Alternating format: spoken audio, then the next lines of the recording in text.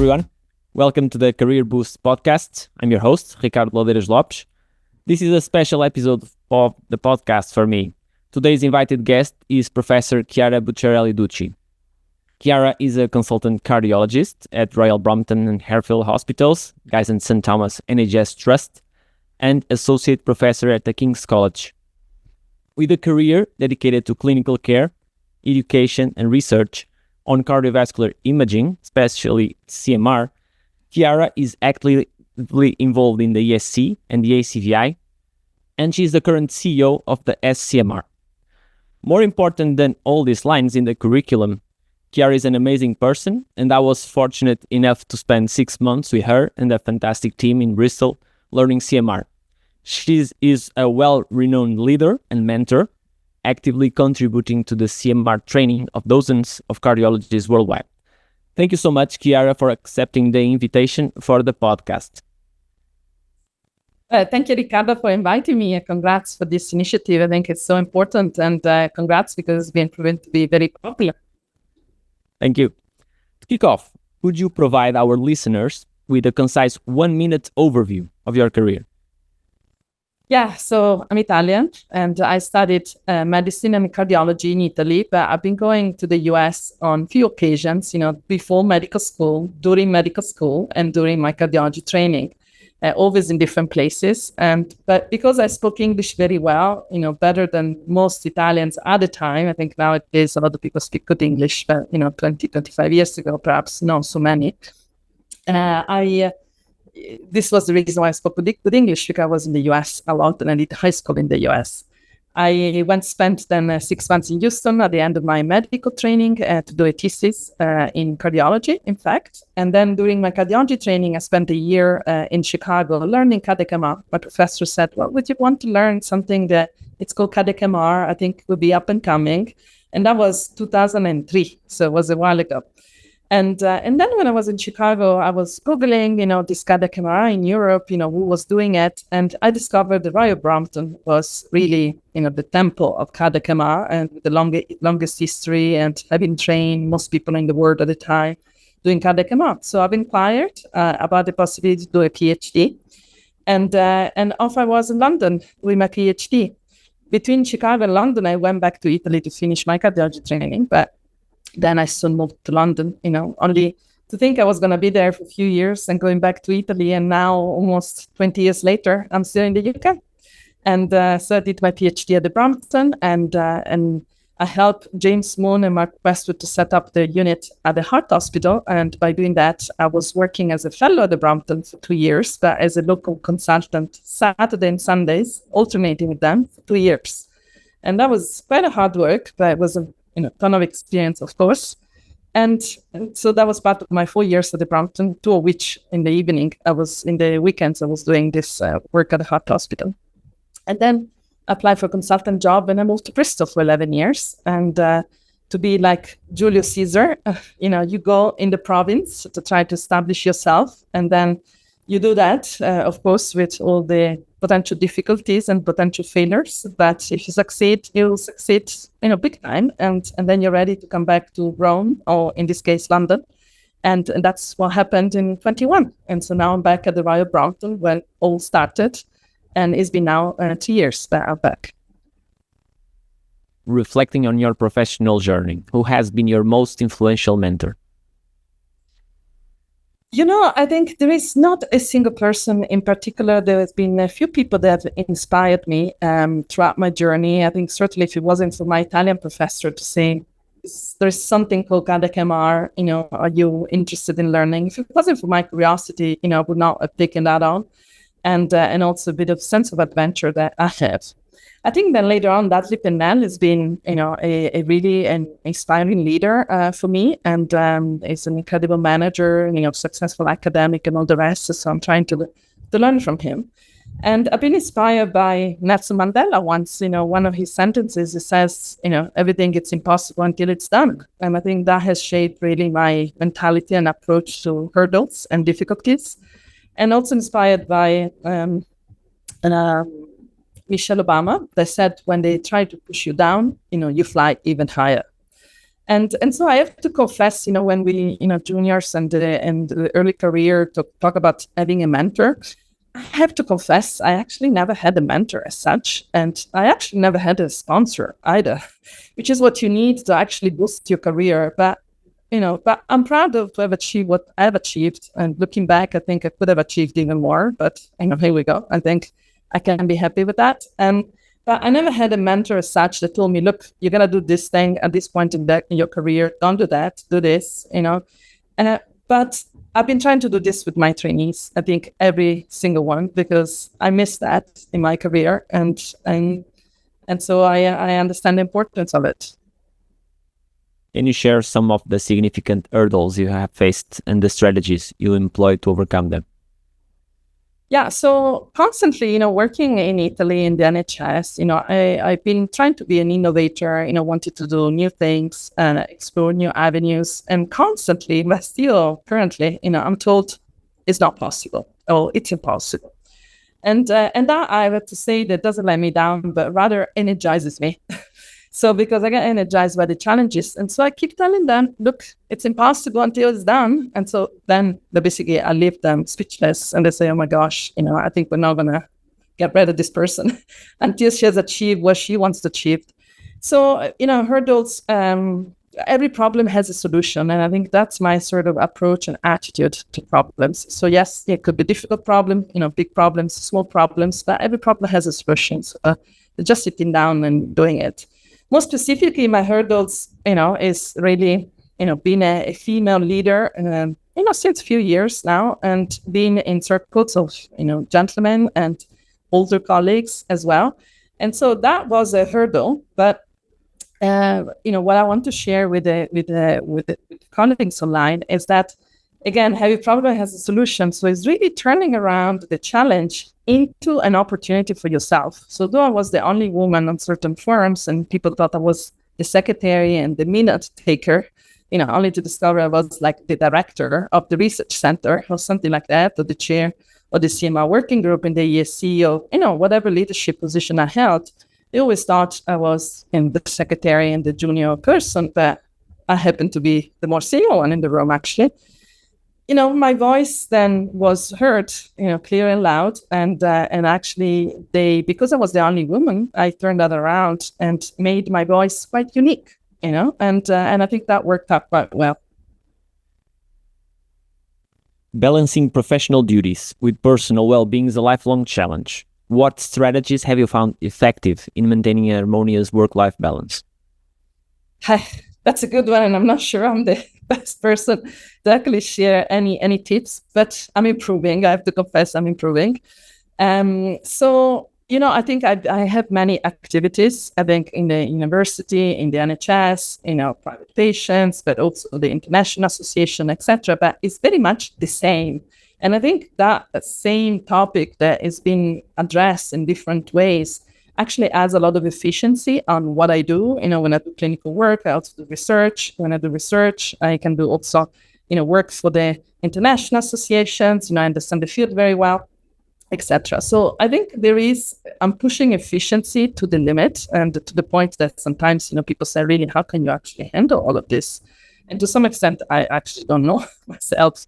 But I think I got married recently, and which is quite later in life compared to most people. And clearly I've been doing too much CMR.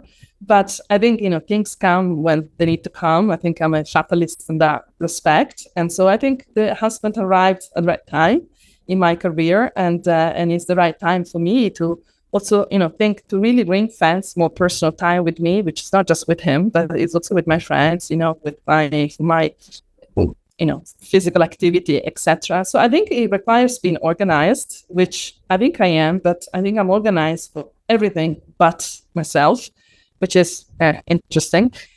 But a tip I was given by a senior leader is that you need to put your personal life in your agenda. And I think that's very true, because if you block the times, whether it's during the day, lunchtime, evening, etc., then there is no time to actually book anything else.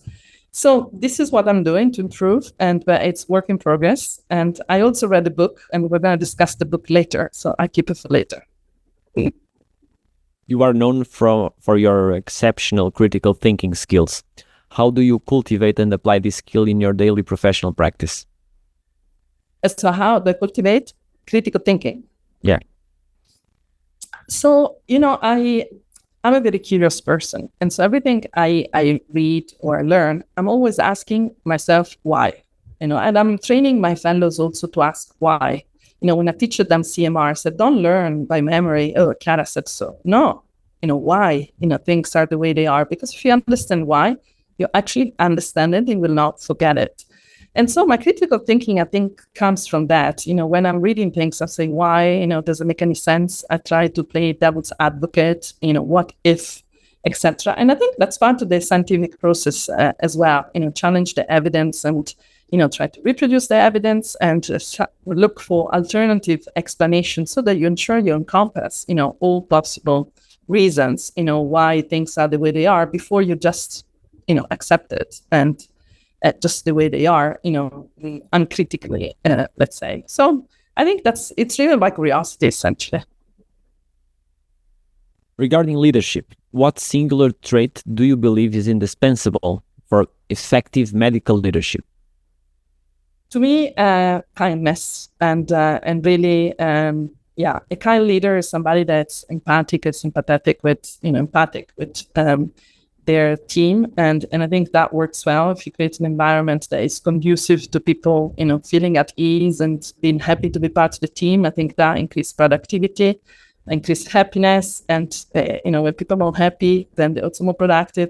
And so it's really a positive, positive, vicious circle, but a positive. So kindness, I think, type to pick a single one. For our younger colleagues listening, what practical advice and insights would you offer to help accelerate their career progression in the field of medicine? Yeah, so the advice I give to my trainees is that, really try to find a niche for yourself, whatever that is. There is no right or wrong, but whatever it is, try to find a niche and try to find your unique selling points. And that's part of, it's not just your skills, but it's really your attitude. What is that you enjoy that combined with the professional skills will really ensure that you're flying high, and also the altitude is all relative, not everybody needs to fly to the sky, to the moon, it's what's high for you, right? And so one of my preferred mottos is something I rephrase from a gentleman called Zig Ziglar. And so I tell you my version now, which is your attitude together with your aptitude will decide your altitude. And so for Zig Ziglar, it was really the attitude, the only thing you needed. For me, it's also the aptitude, it's also the skills. And so it's really the combination of the two will decide your altitude. So whatever you decide to do in your career, be passionate about, because I think that passion is the driving force and the energy to actually achieve your goals.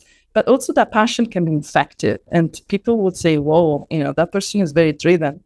And if you have a purpose in life, which is your passion, then things will just happen. And then things will not look like work, but it will be fun because you enjoy them. And so that's my best advice. And curiosity, really within cardiology, there are so many now different branches, and even within the subspecialty in interventional cardiology, EP, imaging, heart failure, there is so many sub-branches, and there are new fields like AI in cardiology, many things. So just be curious and explore everything that's out there. And if you see something up and coming, just explore it, because maybe that's exactly the future, that's waiting for you. And that's exactly what we are looking into the future. Where do you see the field of cardiology heading in the next decade?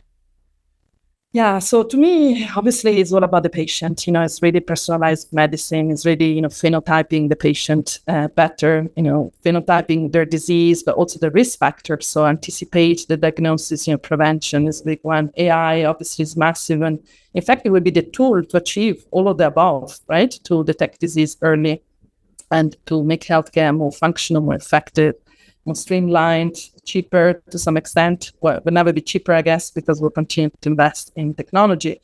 But it's really, really also a call to us as professionals to really reconnect with the purpose of our job, which is the patients, and again, why we're doing things the way we do. I think that's needed, and it's needed also to see the patient not just as an organ that it's functioning or malfunctioning, but is really seeing the patient holistically and just recuperate, sometimes some of these kind of additional skills, which is, psychology, or basically, again, being kind with the patient and be, there's a word now escapes me, compassionate, and that's the word, with the patient, understanding there is a human being there with worries, concerns, etc. And so really holistic medicine, which is why how our grandfathers were practicing, I think gotta come back, because otherwise the patient is like a robot, like a piece that you can change or not, but actually there is more than that. And I think a lot of the diseases are also driven by stress, all these components, and so we need to refocus and put more attention on that, I have to say, in my view, at least. As we conclude, we always appreciate a good book recommendation. Could you share a book that has profoundly influenced you and that you would recommend to our audience? Yeah, I look at my notes because I want to sure I quote the title perfectly. So it's 4,000 week time management advice for mortals. So it's a little bit humorous, but actually there is a bit of psychology, there is a bit of philosophy, and there is quite a few practical advice also how to manage time. And 4,000 weeks is essentially the time that all of us have available, and if we were to live hopefully until 77-year-old. So it's just reconnect with the fact that time is limited, and so we should really enjoy, and we need to live life to the maximum, and as if there is no tomorrow to some extent. This is certainly how I live my life, which means my life is very intense, but I like that because I don't know what the future holds, and I want to do so many things, and so just we need to crack on. And also tips on how to manage time well. And you'll be surprised, Riccardo, if you read this book, that you will maybe see yourself doing some of those things that actually should be a no. Certainly, I do. And then it's just a code for say, oops, I should stop doing this because I'm getting into the loop of wasting my time. Which obviously in a busy life, it's it's not a good thing to lose time. And plus, in personal life, there's so many things to achieve. So that's the book, and it's a nice summer read. It's a quite light read. It's not too thick book, but just normal size. And so it's the perfect summer read for everyone. Perfect. Chiara, thank you so much for joining us on today's episode.